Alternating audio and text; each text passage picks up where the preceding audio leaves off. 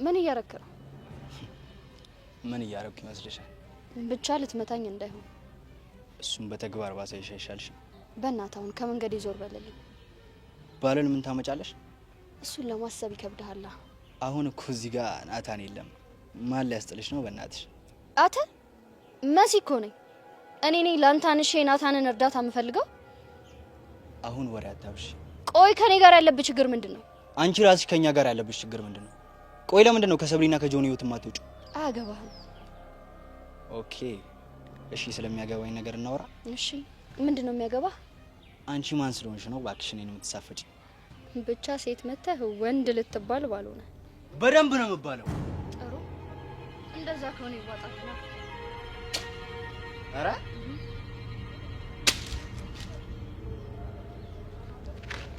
አንተ ልቀቀኝ! አንቺ ጫጩት ልቀቀኝ!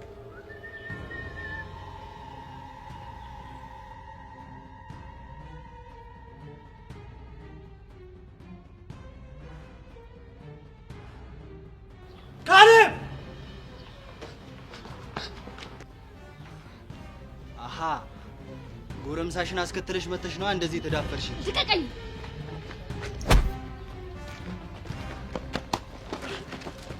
ተውሻ የኔ መሲ ላይ ነው ጀምሮ ታንሰው። ናታን ለምን ነው የምትው? ናታን ነገርኩህ። ናታን ይቅርታ። ለነገሩ አንቺ ልክ ነሽ። እንዴት? እኔ የሩቁሽ ሰው ስሆን የአዲሱ ባልሽ ግን የልብሽ ሰው ነው አይደለ? እሱ እኮ አዲሱ ባሌ አይደለም። እና ታዲያ ምንድነው? ድሮ ልጅ እያለ ነው የቃቃ ባሌ። መሲ አትቀልጂ። አልቀለድኩም ናታን። አጋጣሚ ፌስቡክ ላይ ተገናኘን። በቃ ከዛ ማውራት ጀመረ። የራሳችሁ ጉዳይ። የኔ አባት እየቀናህ ነው እንዴ? ነው ወይስ ምንድነው ጉዱ?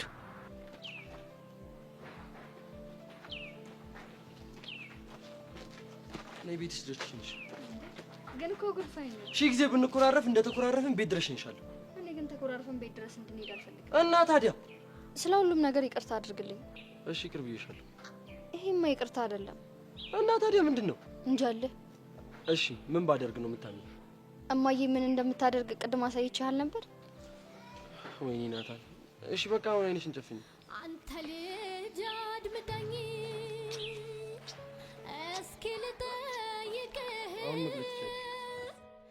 ትዝልሃለሁ የትም የትም ሆነ ኦሆይ ከአንተ ጋር መኖሩን የኔ ናታን ስትስመኝ ውስጤን እንዴት ደስ እንዳለው ማን በነገረ። በእውነት ታውቃለህ የፍቅሬን አስበኸው ፍቅሬን አስበኸው ቀን ባይኔ ውል እያልክ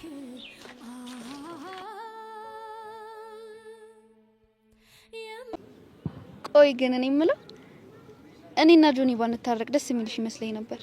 እሱማ ምን ጥያቄ አለው? ግን ምንም ይሁን ምን ሰላምሽን እፈልገዋለሁ። አመሰግናለሁ። ኧረ ምስጋና ስሚ፣ ትናንት ከድብድቡ በኋላ ናታን አመሰግናለሁ ስለው ምን እንዳለኝ ታውቂያለሽ? ምን አለሽ? ኦ ረስቼው። በጣም ይቅርታ። ለካ በጣም ፌመስ ቲክታከር ነህ። ሙዲ ያስክ በቃ አሁን አታዝገኝ። ከመንገዴ ዞር በል። ልጁን ለመታው። በመንገዴ ለሚገባ ሰው አጸፌ ከባድ እንደሆነ ታውቃለህ። አረ ባለቤቱን ካልናቁ አጥሩን አይነቀንቁ ሲባል አልሰማም? ባለቤቱን እኮ ከናቁት በጣም ቆይቻለሁ ነበር። ይሄን ድርሰት የነገረች እሷ ነች? አዎ እሷ ናት። እኔ ግን ከሷ ይልቅ ካሌብን አምነዋለሁ። ጓደኛ ስለሆነ ነው? አዎ ጓደኛዬ ስለሆነ። ጆኒ ብዙም ባታምነው ግን ጥሩ ይመስለኛል። ለምን ሲባል?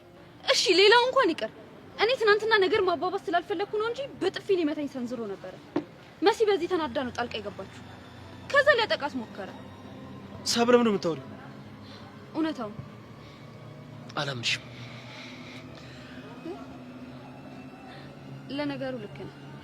ከኔ ከፍቅረኛክ ይልቅ የምታምነው ጓደኛክ ነው አይደል? በጣም ነው ማዝነው። እሺ እሺ በእናትሽ ማይል እማዬ ትሙት አላሻው እኮ ካሌብ ነው የኔ ሰብለ ላይ እጁን ያነሳው። ጆኒ ይህንን ነገር ባልናገር በጣም ደስ ይለኝ ነበር፣ ግን በቃ በሁሉም ነገር መወንጀል በጣም ነው ያስጠላኝ። ሰላም ሰላም፣ ውድ የቻናል ቤተሰቦች እንዴት ናችሁልኝ? እንኳን ወደ እኔ ቻናል በሰላም መጣችሁ። እንዴት ናችሁ? አፍላ ፍቅር እንግዲህ ጆኒ አሁን ላይ ሌላ አይነት ጸባይ አምጥቷል። እንግዲህ ጆኒ በሰብለ የተነሳ ከሁሉም ሰው ጋር እየተደባደበ ይገኛል። ጆኒ አመሉ ሁሉ ተቀያይሯል። እንግዲህ በዛሬው በአፍላ ፍቅር በክፍል 234 ላይ ጆኒ አንድ መጥፎ ነገር አድርጓል። እሱም እንግዲህ ካሌብ ነበረ ነገሩን ያመጣው። ካሌብ በባለፈው ክፍል ላይ ካያችሁ ሰብሊን ለመምታት ሞክሮ ነበረ። ሰብሊን ልክ በመካከላቸው በመግባት እኛ አስበንበት እስክንነግርሽ ድረስ ወደ ጆኒ እንዳትጠጊ፣ ከዚህ በኋላ ከሱ ራቂ በማለት እንግዲህ የሆነ ትዕዛዝ ለሰብለ ሲሰጣት ነበረ። ሰብለን በነገሩ ትናደድና አንተ ምን አገባህ በእኔና በሱ ፍቅር መካከል ማን ነው ወሳኝ ያደርገህ ብላ ተናግራው ነበር። እሱም ፍቅረኛ ማን ነው ጓደኛዬ ነው ሲላት፣ እሷም እንግዲህ እኔ ደግሞ ፍቅረኛዬ ነው ስለዚህ አንተ አያገባህም ስትል፣ አንቺ አስሮ እንዲያማራሽ እንደሆነ እሱ ልጁ ይሰቃይ ወይ እያለ እንግዲህ ለጆን ተደርቦ ማለት ነው። ወይም ደግሞ ለእሱ በጣም ነው የሚከላከልለት ይመስለኛል። ፌመስ ስለሆነ ለዛ ነው ከስሩ መጥፋት የማይፈልገው እንጂ የተለየ ነገር አድርጎለት አይደለም። ጆኒ ጓደኛዬ ነው ብሎ ለሱ ሲራራለት አላየንም። እንግዲህ ካሌብ ለሱ ማጦብጦብ ከጀመረ በጣም ቆይቷል። ማሽቃበጥ ነው የሚባለው መሰለኝ አማርኛው። ፌመስ ስለሆነ ነው በቃ ሌላ ነገር አይደለም። እና በተደጋጋሚ ደግሞ ሰብለን እንዲተዋትና ሌላ ስንት በእውቅና የሚመጡ ሴቶች ሞልተው እሷ ማን ስለሆነች ነው እሷ ብቻ ናት ወይ ሴት ያለችው በማለት እንግዲህ ለምን አትኮራባትም? ከስር ከስሯ እንደምትወዳት ስለምታውቅ እኮ ነው እንደዚህ የምትሆንብህ። ስለዚህ ተዋት እያለ በተደጋጋሚ ጆኒን ይመክረው ነበረ። ጆኒ ደግሞ በዚህ ምክር በጣም ይናደዳል። ሁለተኛ ሰብለን ተዋት የሚል ምክር እንዳትመክረኝ ተሳስተ፣ ሰብለን በጣም ነው የምወዳት እያለ እንግዲህ ከቅርብ ጊዜ ወዲህ በጣም እየተቀያየረ መጥቷል። ነገር ግን በፊት እንደውም ሰብለና ኤላ ሲገናኙ ኤላን ከሰብለ ራቅ ይለዋል። እሱ ደግሞ አረቅም። ሲጀመርም ደግሞ እኔ አይደለሁም እሷ ጋር የምሄደው እሷ ናት የምትከተለኝ ብሎት ነበረ። እና ሰብለ እኔን አትወደኝም ነው ወይ እንደዛ ነው ወይ የምታስበው ሲለው እንግዲህ እሱን አላቅም፣ ነገር ግን እሷን የብርቃት እራሱ አትርቀኝም ሲለው እንግዲህ ጆኒ ሰብለ አትወደኝም ብሎ የማሰብ ነገር እና እንዲሁ በቀላሉ ግን ሰብለን አልተዋትም ብቻ እጥራለሁ ሞክራለሁ እያለ ነበር። እና እንደዚህ አልነበረም። አሁን ግን በጣም ነው የተቀየረው። በጣም ነው የሚያስፈራው። በጣም ኃይለኛ ሆኖን ጉልበቱን መጠቀም ጀምሯል። እናም እንግዲህ ኤላን እጁን ራሱ ነበር የሰበረው። በማስክ ተሸፍኖ መጥቶ የኤላን እጅ የሰበረው እሱ ነው። እናም በተደጋጋሚ እንግዲህ ያኛውንም እጅህን ልስበርልህ እንደ እያለ ሲፎክር እያየነው ነበረ። እናም እንግዲህ መሲ በካሌብ የተነሳ በሰብለ የተነሳ ከካሌብ ጋር በድጋሚ ተጣልታለች። መሲ ማለት ለሰብለ በጣም የጓደኛ ጥግ ማለት ነው። በቃ ልክ እንደሱ አይነት ጓደኛ ሲኖራችሁ ማለት ነው የሆነ የማያሽቃብጡ ጊዜ ጠብቀው የማይከዱ ሁሌ በችግራችሁም በደስታችሁም ጊዜ ልክ እንደ መሲ አይነት ጓደኛ ሲኖራችሁ ለሰብለ በጣም እንትኗ ናት፣ መከታዋን በላት በቃ እህት ማለት ታላቅ እህት በሏት። እና ሰብለ እንግዲህ ከማለቃቀስ ውጭ ብዙም ምንም ነገር የማድረግ አቅም የላትም። ሲናገሯት ታለቅሳለች፣ ስትወቀስ ታለቅሳለች። ሁሉም ሰው እየሄደ እሷ ላይ ይጮኋልና ከማልቀስ ውጭ ምንም የምታደርገው ነገር የለም። መሲ ደግሞ በጣም ኃይለኛና አትንኩ ባይ ናት፣ ቆፍጠን ያለች ናት። እናም እንግዲህ አንቺ አስሮ እንዲያማረሽ እንደሆነ ወንድሜን ብሏት እንግዲህ በዛ የተነሳ ሰብለ ተናዳ ካሌብን በጥፊ እንግዲህ ገብታለት ነበረ። በዛ የተነሳ መሲ እሱ ሊመታት ሲል መታ ታድናታለች። ለዛ ነበር እንግዲህ ሁለቱም ተባብረው እስኪ ትነካታለህ፣ ተሳስተህ እጅህን እሷ ላይ ታሳርፋለህ የሚል ዛቻ አድርሰውበት ነበር ሰብለና መሲ ሆነው። እናም እንግዲህ መሲን ብቻዋን መንገድ ላይ ጠብቆ ካሌብ ሊመታት ሲሞክር እንግዲህ ያየን ነው። መሲም እንግዲህ እስኪ ይዋጣልን ብላ ብቻዋን ነበር ለአጋጣሚ ሄደችውና ይዋጣልን ብላ ልትደባደበው ስትሞክር እጇን ጠምዞ ይዘዋት ድንገት እንግዲህ ከዓይኗ የማይጠፋው በችግሯ ጊዜ ሁሌ ከጎኗ የማይለየው ናታን ማለት ነው።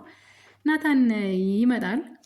እንግዲህ ናታን አዘናግቶት ነው መሲ ናት የመታችሁ። በነገራችን ላይ ናታን የመታው አይመስለኝም። ናታን ስሙን ሲጠራው ናታንን ለማየት ቀና ሲል ነበር፣ እጇን ጠምዟ ስለነበረ። ከዛ በኋላ እንግዲህ በደንብ አድርጋ አፍንጫውን ሰብራዋለች። አላቅም ብቻ የሆነ ነገር አድርገዋለች፣ ቆልፈዋለች መሲ ማለት ነው። ያው ናታን መቶ ምንም ያደረገላት ነገር የለም። ነገር ግን ትኩረቱን ስለሳበው ነው እሱ ወደ እሱ ሲመለከት እሷን የረሳት ይመስለኛል። እና እንግዲህ እጇን አጥፎ ይዟት ነበረ።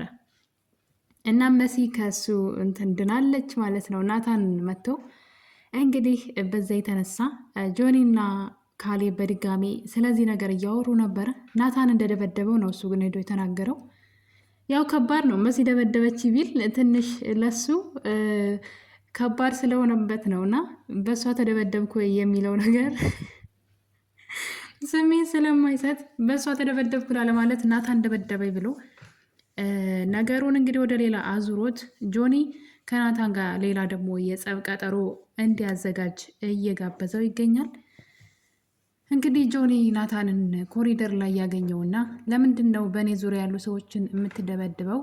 ስለዚህ ብሎ እንግዲህ ሲዝትበት ወንድ ከሆንክ ከኔ ጋር ፊት ለፊት እንጋጠም ብሎታል። በነገራችን ላይ እንግዲህ ካሌብ ነው እንዴት ይደበድበሃን ብሎ ሲለው ባለቤቱን ካልናቁ አጥሩን አይነቀንቁ፣ አንተን ስለናቀህ ነው አይነት ነገር ተናግሮት ነበረ። እና ይህን ነገር ግን ለናታን ደግሞለታል ጆኒ። በዛ የተነሳ እንግዲህ ናታን ባለቤቱን እኮ ከናቅኩት ቆየሁኝ፣ ወንድ ከሆንክ ፊት ለፊት ናግጠመኝ ብሎት እንግዲህ ከጆኒ እና ናታን በድጋሚ ልክ እንደ ኤላ ቀጠሮ ተያይዘዋል። በዚህ መሀል እያሉ እንግዲህ ሌላ ነገር ተፈጥሯል። ሰብለ እንግዲህ ኤላን ይሄን ጆኒን ማለት ነው እንግዲህ ይህን ነገር ይቅርታ ለመጠየቅ ወደ እሱ ሄዳ ነበረ። በሄደችበት ሰዓት እንግዲህ ለምንድን ነው በአንቺ ዙሪያ ያሉ ሰዎች በእኔ ዙሪያ ያሉ ሰዎችን የሚደበድቡት እያለ እንግዲህ ሰብለን መውቀስ ይጀምራል ጆኒ። ሰብለም እንግዲህ ካሌብን ማለት ነው ወይ እሱ የራሱ ጥፋት ነው፣ በዛ ላይ መንገድ ላይ ጠብቆ ሊደበድባት ነበር ትለዋለች። ጆኒም እሱ ላይ ያናግራት እንጂ ሊመታት አልነበረም ብለው እኔ ካሌብን አምነዋለሁ ሲል እሷ ደግሞ እኔ ደግሞ መሲን አምናታለሁ ጓደኛ ስለሆነ ነው ወይ ብዙ አትመነው ብትለውም እንደውም አንቺን አላምነሽም ብሎ እንግዲህ የሰብለን ልብ ይሰብረዋል። ሰብለም ከኔ ይልቅ እሱን አመንክ ወይ? እሺ የራስ ጉዳይ ብላ እንግዲህ ትታው ስትሄድ እንድትምልለት ነው የጠየቃት። ምክንያቱም መሲ በእኔና በሱ መካከል ጣልቃ ስለገባች ነው። እሱኔን ሊመታኝ ነበር በጥፊ ብላ እንግዲህ መናገር ያልፈለገችውን ነገር ለጆኒ ተነግረዋለች። እንግዲህ እዚህ ጋር ነው የጆኒ እብደቱ የጀመረው ማለት ነው። በጣም እወደዋለሁ የሚለውን ካሌብን ከስር ከስሩ እንግዲህ የሚያጨበጭብለትን ካሌብን እንዴት አድርጎ እንደደበደበው እንግዲህ አንቆ ሊገለው ነበረ። እሱ አልበቃው ብሎ እጁን ጣቶቹን ሰብሮታል ማለት ነው። እና እንግዲህ ጆኒ በራሱ ጊዜ ጥላቶች በጣም እያፈራ ነው ይመስለኛል። ታዋቂነቱ ጥጋብ ይዞት ነው መሰለኝ እንግዲህ አናቱ ላይ ወጣ መሰለኝና አንዳንዴ እውቅና ያለ ጥበብ ከሆነ ልክ እንደ ጆኒ ነው የሚያደርጋችሁ፣ ከሁሉም ሰው ጋር እንደ ውሻ መናከስ። እና እንግዲህ ካሌብን እንደምታዩት ግድግዳ ላይ አንቆ ሊገለው ነበረ። ካሌብ ለሱ ነው የሚከላከልለት። በነገራችን ላይ ሁል ጊዜ ከሱ ጎን ነው፣ ሰብለ እንድትጎዳው አይፈልግም። እናም እንግዲህ ካሌብ በጣም ነው ያሳዘነኝ እውነት ለመናገር ከሆነ በሱ የተነሳ ከሁሉም ሰው ጋር የሚጣለው። የቀረችው ሰብለ ነበረች። ከሰብለ ጋርም ሳይቀር እንግዲህ በጣም ብዙ ጥላቶችን አፍርቷል። ከመሲ ጋር አይስማማም፣ ከአለም ጋር አይስማማም፣ ከኤላ ጋር አይስማማም፣ ከናታን ጋር አይስማማም፣ ከሰብለ ጋር አይስማማም። ጭራሽ አሁን ደግሞ አንድ የቀረው ጆኒ ነበረ። ከጆኒም እንግዲህ ሊገለው ነበረ አንቆ፣ እሱ አልበቃው ብሎት እጣቶቹን ስብርብር አድርጎ ሰው እንዳይሆን አድርጎታል። እና በጣም ነው የሚገርመው። እንግዲህ ሰብለ ይህን ነገር ስትሰማ ሄዳ ልታናግረው እንዴት ካሌብ ጓደኛ ወንድም ነው እንዴት እጁን ትሰብረዋለህ ስትለው ልጁ እብድነት እየተቀየረ ነበረ እና በጣም ነው የጠገበው። እውነቴን ነው የምላችሁ የሆነ ከሱ በላይ ሰው ያለ አልመሰለውም። እና ኤላ እጁ የዳነ ቀን ግን እንዴት ጉድ እንደሚሰራው ለማየት ነው የጓጓሁትና እንግዲህ በማስክ እየተሸፈነ ራሱን እየተከላከለ ማለት ነው። ያው ማስክ እስካረገ ድረስ ማንም ሰው ሊጎዳው አይችልም። በዛ ላይ እሱ ደግሞ ልምድ ያለው ቴኳንዶ የለመደ ስልጡን ነው። ስለዚህ በቀላሉ ራሱን ደብቆ ሰዎችን እየጎዳ ይገኛል። እናም እንግዲህ እንደምታዩት ልጁ አንቺን የነካ አይደለም ቀርቶ ከኔ ውጭ አንቺን ማፍቀር ያሰበ ሰው አይኖቹ ያየ ሰው አይኑን ጎልጉዬ ነው ማወጣለት እያለ ዘራፍ ያዙ ልቀቁኝ እያለ ይገኛል ጆኒ። ሰብለ ይሄን ነገር በጣም አስፈርቶታል። የጆኒ ነገር የጆኒ ጸባይ መቀየር ሌላ ሰው መሆን በጣም አስፈርቷታል። እሷንም ሳይቀር ማስጠንቀቂያ ሰጥቷታል። ተጠንቀቂ፣ ከአንቺ አጠገብ ያየሁትንም ሆነ አንቺን ያዩ አይኖች ካገኘሁኝ ከኔ ውጭ አይናቸውን ነው የምጎለጉለው በማለት ሰብለ እንድትፈራ አድርጓታል። አርፈሽ ተቀመጪ፣ ተጠንቀቂ የሚል ዛቻ ለእሷም ደርሷታል። እና ይሄ ነገር ጤናማ አይመስለኝም። በጣም ተንቀዥቅዟል። እንግዲህ ካሌብ ሚስጥሩን ያውቃል። ቴኳንዶ እንደለመደ ሚስጥሩን አውቆበታል። እሱ አላንሰው ብሎ ደግሞ የሆነ ጊዜ ከናታንና ከኤላ ጋር ተደባድቦ ማስኩን አውልቆ ለብቻው ተደብቆ አይቶታል። ካሌብ ሚስጥሮቹን እያወቀ ግን ሚስጥሮቹን ደብቆ ምንም እንዳልተፈጠረ እያስመሰለ አብሮት ቢሆንም አሁን ግን በጣም ያበዛው ይመስለኛል። እንግዲህ ካሌብ ራሱ ጆኒን የሚከዳው ነው የሚመስለኝ በዚህ ሁኔታ። ምክንያቱም ለሱ እንኳ አይራራለትም። እንግዲህ እስኪ ምን ይሉታል አሁን ይሄ እስኪ ተመልከቱ። የገዛ ጓደኛውን ሳይቀር እጁን ስብርብር አድርጎታል። ሌላው ደግሞ እንግዲህ መሲ የጀመረችው ጨዋታ ናታን እንዲወዳትና ቀልቡ ወደ እሱ እንዲመለስላት። ምክንያቱም እሱ እንግዲህ ቃጅል እያለ እሷን ረስቷት ነበረ። ቃጅል እያለ እንግዲህ ወደ ቃጅል ይሄዳል። እሷ ደግሞ በዚህ ነገር ደስተኛ አልነበረችም። እንደምትወደው ሊረዳት አልቻለም። በመጨረሻም እንግዲህ አንድ ዘዴ ያለችውን ነገር አመታለች። እሱም ሆን ብላ እንግዲህ የሆነ ሰው ጋር እንደምታወራ የሆነ ጓደኛ እንዳላት ፍቅረኛ ከዛ ሰው ጋር ፍቅር ልትጀምር እንደሆነ ለናታን በተደጋጋሚ በመንገርም ቴክስቶችን ከእሷ አጠገቡና በተደጋጋሚ በደስተኝነትና በፈገግታ ቴክስቶችን በመመለስ አዲስ ህይወት እንደጀመረችና በጣም የወደደችው ሰው እንዳለ ወደ ፍቅርም ልትገባ እንደሆነ ለናታን በመንገር ናታንን ልቡን ወደ እሷ ለመመለስ እየሞከረች ነው። ናታን አሁን ላይ አይናገረው ፈርቶ ነው እንጂ ውስጡ በቅናት እርር ድብት ብሏል። መሲን መውደድ ከጀመረ ቆይተዋል። በእጅ የያዙት ወርቅ እንደ መዳብ ይቆጠራል እንደሚባለው ናታን እስከዛሬ ድረስ መሲ ያው ከኔ ጋር ናት የትም አትሄድም ብሎ ስለሚያስብ እህቴ እያለ ሲጃጃል ነበረ። አሁን ላይ ግን ቀስ በቀስ ከእጁ እየወጣች እንደሆነ በሌላ ሰው ደስተኛ እየሆነች እንደሆነ ሲያስብ ናታንን መቅናት ጀምሯል። በጣም በሚገርም ሁኔታ በእሷ አሁን ላይ መቅናት ጀምሯል። መሲ ያሰበችው ወይም ደግሞ እያደረገች ያለችው ድራማ ናታንን ወደ እሷ የሚመልስላት ይመስላል። እንግዲህ በተደጋጋሚ የማገኘው ሰው አለኝ፣ የማወራው ሰው አለኝ እያለች ከሱ ለመራቅ ትሞክራለች። ይህ ነገር ናታንን እያስደሰተው አይደለም። ማን ነው? ምንድን ነው? ከማን ጋር ነው የምታወሪው? ምን አይነት ሰው ነው ነው ጥያቄ ብቻ ነው በቃ። ምንም አይነት ከሱ ውጭ ከሌላ ሰው ጋር እንድትሆን እንኳ አይፈልግም። ሁለቱም በጣም ነው የሚተሳሰቡት የሚዋደዱት። እንግዲህ ናታን አይኑን ከገለጠ መሲ እንደምታፈቅረው በራሱ መንገድ ይደርስበታል ብዬ አስባለሁ። እና እንግዲህ የአፍላ ፍቅር የክፍል 234 ላይ በጣም ብዙ አስገራሚ ነገሮች ተፈጥረዋል።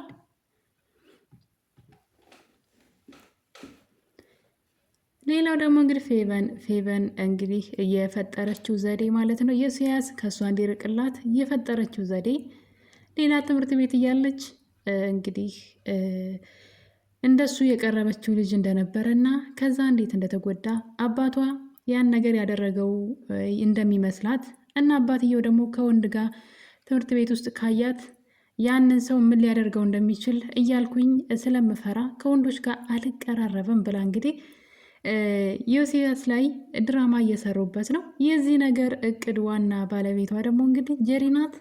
ልጁ ላይ አሁን ላይ በጣም እየተደበሩበት ይገኛል። ልጁ በፊት ልጅቷን በግድ ሻይ ካልጋበዝኩሽ በግድ አብረን ካልሆነ እያለ ሲያስቸግር የነበረው ልጅ አሁን ላይ ፌቨን ሲያት ይሸሻት ጀምሯል። ምክንያቱም የነገረችው የውሸት የፈጠራ ታሪክ በጣም አስፈርቶታል። እኔንም አባቷ እንደዛ ልጅ ቢያደርገኝ ብሎ ከእሷ መሸሽ ጀምሯል። እና እንግዲህ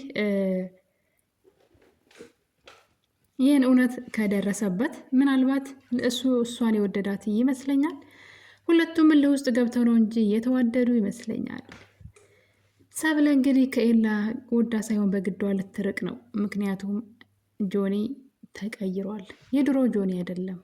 በጣም ኃይለኛ ወይም ደግሞ በቃ እኔ ጎበዝ ነኝ አይነት የለም። ሁሉም ሰው ጋር የሚጣላ ከሁሉም ሰው ጋር ያልተጣላው ሰው የለም። እና እንግዲህ ኤላ እጁ የዳነ ቀን ግን የእሱን እጅና እግር እንደሚሰብርለት ተስፋ አደርጋለሁኝ። ምክንያቱም ቀጠሮ አያስፈልግም ከሱ ጋር። እንግዲህ ከናታን ጋር ቀጠሮ ተያይዘው ነበረ። ቀጠሮ ተያይዘው ናታን የተቀጣጠሩበት ቦታ ሲሄድ ነበረ ኒንጃ ወይም ደግሞ ማስክ አድርጎ የሚደበድበው ሰው እየመጣ ያ ማለት ጆኒ ነው ማለት ነው። እንግዲህ ጆኒ እንደዚህ አይነት ጨዋታ ጀምረዋል። የት ድረስ እንደሚያዋጣው ባላውቅም ናታን ሰው ደርሶ ካላዳ ነው እንግዲህ ኒንጃው ማስክ ለብሶ መንገድ ላይ ጠብቆታል። ሰው ደርሶ ካላዳ ነው ልክ እንደሌላ እጁን ሊሰብረው ይችላል። ውድ ቤተሰቦቼ የዛሬው የአፍላ ፍቅር ትረካ ይሄን ይመስል ነበረ። በሌላ በአዲስ ቪዲዮ እስከምንገናኝ የዛሬን አበቃን። ቸር ቆዩልኝ።